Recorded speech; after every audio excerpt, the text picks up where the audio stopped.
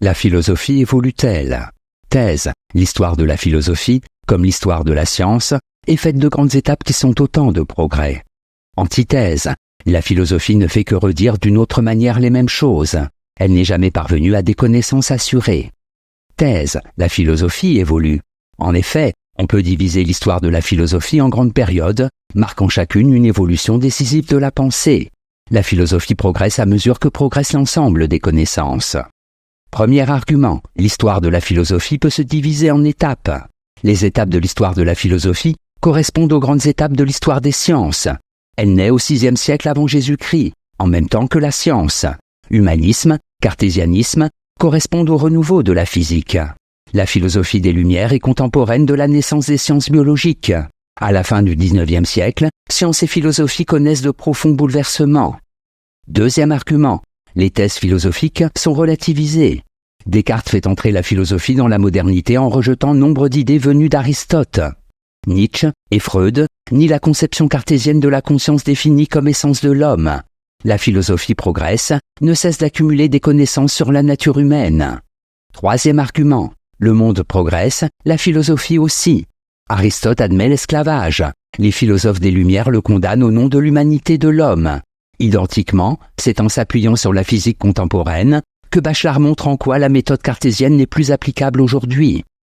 En bref, il est indéniable que la philosophie évolue. De nouvelles pensées annulent les philosophies antérieures. D'époque en époque, le savoir philosophique se précise et s'affine. Antithèse. La philosophie n'évolue pas. En effet, il n'y a pas plus d'évolution en philosophie qu'il n'y en a en art. La philosophie n'est qu'une manière de dire autrement ce qui, de toute façon, échappera pour longtemps encore à l'intelligence humaine. Premier argument, il est impropre d'appliquer à la philosophie la notion de progrès. Dans le domaine des sciences et des techniques, l'on peut à juste titre parler de progrès. La machine à vapeur constitue un progrès par rapport à l'utilisation de la force humaine ou animale. Mais l'on ne peut pas dire que la peinture de Degas constitue un progrès par rapport à celle de Rubens, ou que la philosophie de Kant vaut mieux que celle de Platon. Deuxième argument, la philosophie s'est toujours heurtée à l'indicible.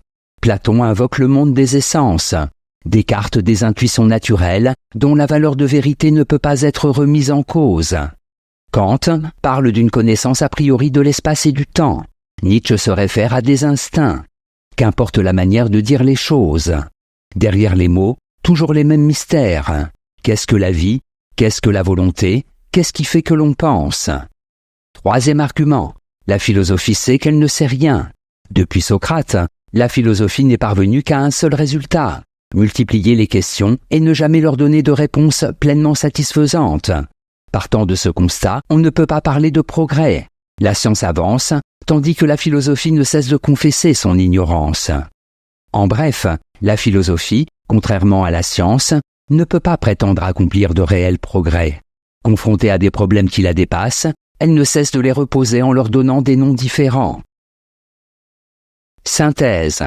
Peut-être est-ce Platon qui a raison, lui qui dit que l'on ne connaît que par réminiscence. Selon sa théorie de la transmigration des âmes, après notre mort corporelle, l'âme voyage en des lieux qui lui révèlent les vérités ultimes. Une fois réincarnée, elle oublie ce qu'elle a vu. Le philosophe est celui qui peut le mieux se souvenir de ce qu'il a appris au cours de ce périple au pays des vérités absolues. Autrement dit, la philosophie ne découvrirait jamais rien, puisqu'elle tient son savoir d'une réminiscence. Cette thèse est en partie vraie, en partie fausse. Vraie parce que la philosophie s'occupe de ce qui échappe à la science. Maigres sont donc ses succès, puisqu'elle se confronte à l'insaisissable, l'âme, l'esprit, l'essence de la vie. Toujours nomme-t-elle de différentes manières ce qui échappe à l'explication scientifique. Fausse, parce que la philosophie réellement évolue. Chaque philosophe parvient à saisir une part, aussi petite soit-elle, de cette réalité infiniment complexe qu'est l'homme pensant. Note et commentaire. A priori, qui ne dépend pas de l'expérience. Kant considère que l'espace et le temps sont des données qui appartiennent naturellement, hors de toute expérience, à notre sensibilité. Sans elles, nous ne pourrions jamais rien connaître. Toutefois, Kant ne dit pas pourquoi ces données nous sont naturellement acquises. Citation. La philosophie contribue bien moins au progrès des sciences que les sciences ne contribuent au progrès de la philosophie. Au seul progrès réel que la philosophie comporte. Antoine-Augustin Cournot, matérialisme, vitalisme, rationalisme.